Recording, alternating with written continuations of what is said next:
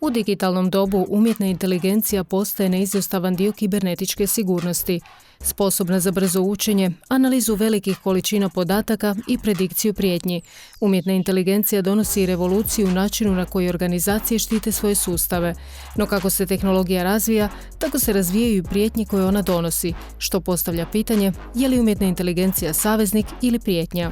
Umjetna inteligencija mijenja sva područja, ne samo područje kibernetičke sigurnosti, na način da ti alati pomažu zamijeniti ljude koji rade na tim poslovima, pa samim tim može se napraviti i više napada, ali jednako tako i više obrambenih akcija, u ovisnosti u koju svrhu to koristimo.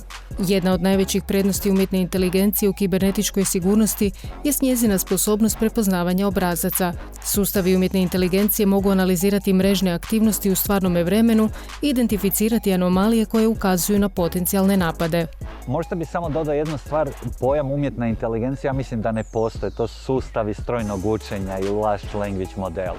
Ono što je specifično da većina tih sustava u jako kratkom vremenu može obraditi jako puno podataka. Sad, jako teško je reći da li reakcija neke osobe u nekom trenutku bi bila bolja ili lošija od onog što napravi umjetna inteligencija, ali definitivno znači, ti sustavi mogu obraditi milijone i milijarde podataka, što u principu nama ljudima bi trebala godine, desetljeća da uopće pogledamo što se događa da bi mogli donijeti odluku.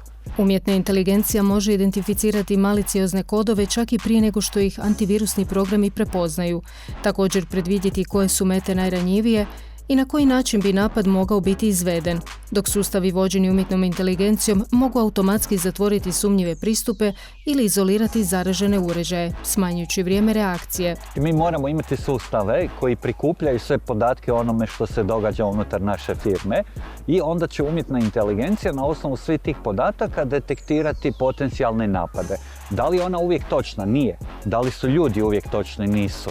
Znači, ona nam pomaže da dobijemo neku informaciju da se možda događa nešto sumnjivo u našem sustavu. Na kraju opet ljudi moraju to provjeriti, da li je to stvarno ili ne. Nažalost, ista tehnologija koja štiti sustave može biti iskorištena za sofisticirane napade. Napadači koriste umjetnu inteligenciju za kreiranje zlonamjernih programa koji izbjegavaju tradicionalne metode detekcije. Napredni alati umjetne inteligencije mogu generirati uvjerljive phishing poruke ili manipulativne tekstove koji zbunjuju žrtve. Upravo umjetna inteligencija omogućuje izvođenje napada na više meta istovremeno uz minimalne ljudske resurse. Umjetnu inteligenciju u principu mogu koristiti za bilo kakve oblike napada. Možda općem pučanstvu je najveći problem taj što se umjetna inteligencija koristi u phishing napadima. Znači, prije 10 godina bi vi dobili neki e-mail od princa iz Afrike i vidjeli ste odmah da je to bilo pravopisno, loše napisano i slično. Danas ti large language modeli u principu napišu taj e-mail gdje u principu, znači moj način detektiranja, da je nešto napisano putem umjetne inteligencije se svodi na to ako vidim da nema pravopisnih grešaka i da je sve dobro napisano, ovo nije osoba pisala, ovo je stroj. Upravo korištenje alata umjetne inteligencije za praćenje aktivnosti zaposlenika i klijenata otvara važna etička pitanja.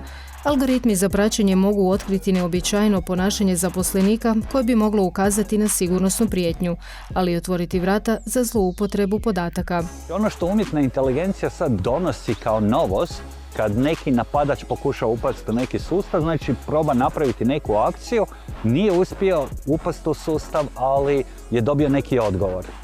I sad na osnovu tog odgovora on planira neku iduću akciju. To planiranje sad AI može obaviti, pa onda cijeli taj proces u principu se može automatizirati.